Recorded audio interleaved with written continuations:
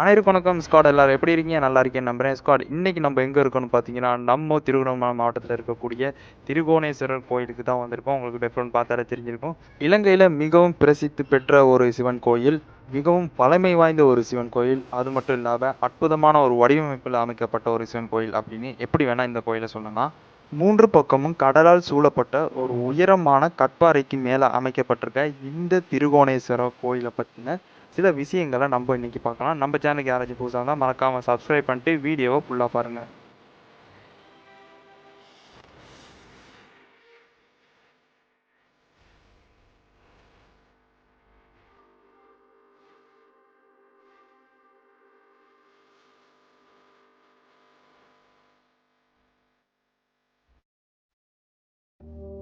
இந்த கோயில் திருகோணமலை டவுன்லேருந்து கிட்டத்தட்ட ஒரு 1.5 கிலோமீட்டருக்குள்ளே தான் இருக்குது.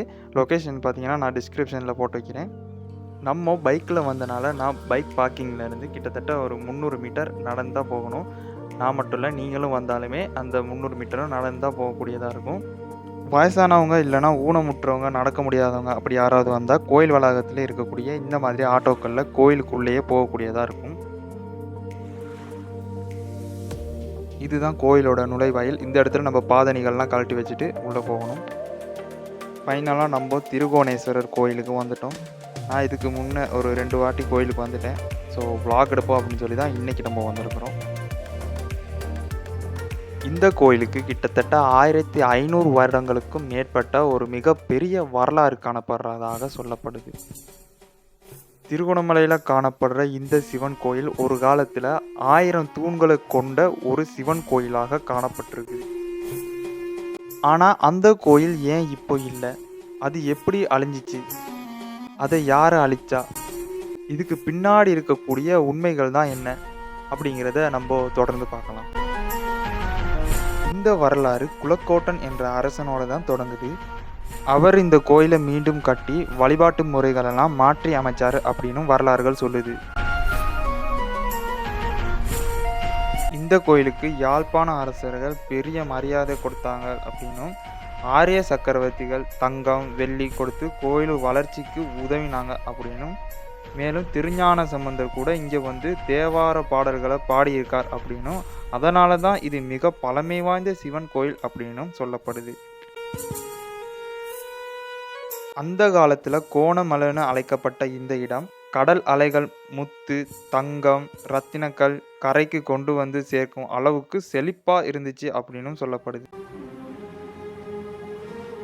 இவ்வளவு செல்வ செழிப்பாக இருந்த இந்த கோயில் போர்த்துகீசர்கள் டான் கொன்ஸ்டானினோ டிசாடி நோரோன்ஹா தலைமையில் இந்த கோவிலை முழுக்க அழிச்சிட்டாங்க.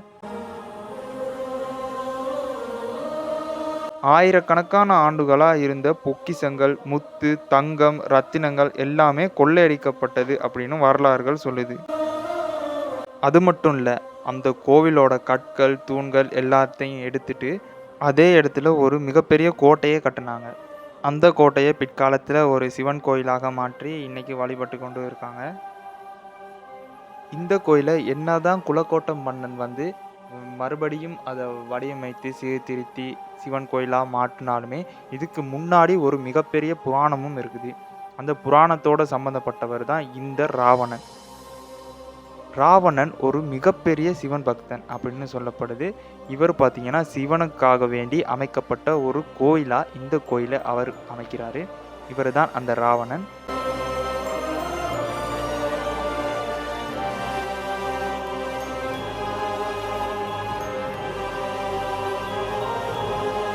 ராவணன்னு சொல்லும்போது உங்கள் எல்லாருக்குமே தெரிஞ்சிருக்கும், ராமாயணத்தோடு சம்மந்தப்பட்ட ஒரு இடம் தான் இந்த இடம் அப்படின்னு சொல்லி.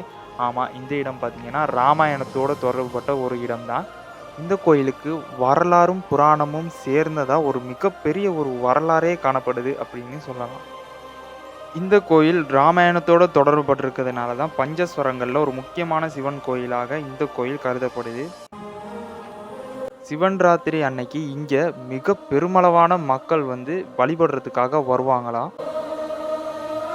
திருவிழா காலங்களில் விசேட பூசைகள்லாம் நடைபெற்று தேர் திருவிழாவெல்லாம் நடக்கும். மிகப்பெரிய வரலாறு இருக்க இந்த கோயிலோட வரலாறு பார்த்திங்கன்னா ஒரு ஷார்ட் அண்ட் ஸ்வீட்டாக நான் சொல்லியிருக்கேன். நீங்களும் இந்த கோயிலுக்கு வர்றதா இருந்தால் கண்டிப்பாக வந்து பாருங்கள் ஒருக்கா. திருகோணமலையும் ஒரு டூரிஸ்ட் பிளேஸாக மாறுறதுக்கு இந்த இடமும் ஒரு முக்கியமான காரணம் அப்படின்னு சொல்லலாம். ஏன்னா நிறைய வெளிநாட்டவர்கள் வந்து பார்வையிடுறதுக்காக இங்கே வர்றாங்க. கோயிலுக்கு பக்கத்தில் இருக்கக்கூடிய மிகப்பெரிய கல்பாறையில் இருக்கக்கூடிய இந்த குறியீடு இல்லைன்னா ஒரு வெட்டுன்னு சொல்லலாம். இதை பார்த்தீங்கன்னா ராவணன் வெட்டு அப்படின்னு புராணங்கள் சொல்லுது.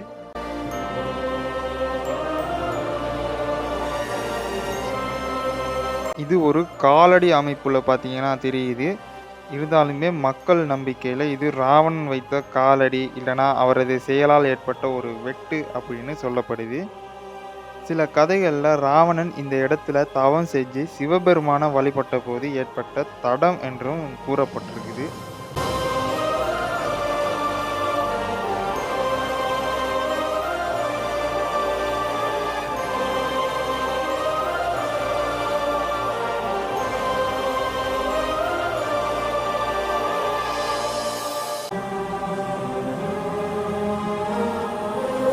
நீங்க ட்ரிப் வந்தீங்கன்னு சொன்னா, கீழ இருக்கக்கூடிய கடல் பரப்புல நீங்க போட்ல வந்து இந்த வெட்ட பார்க்கக்கூடியதா இருக்கும்.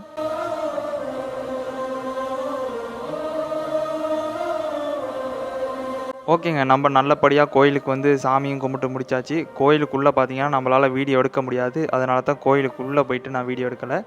வெளியில எல்லா இடமும் சுத்தி காட்டுனேன்.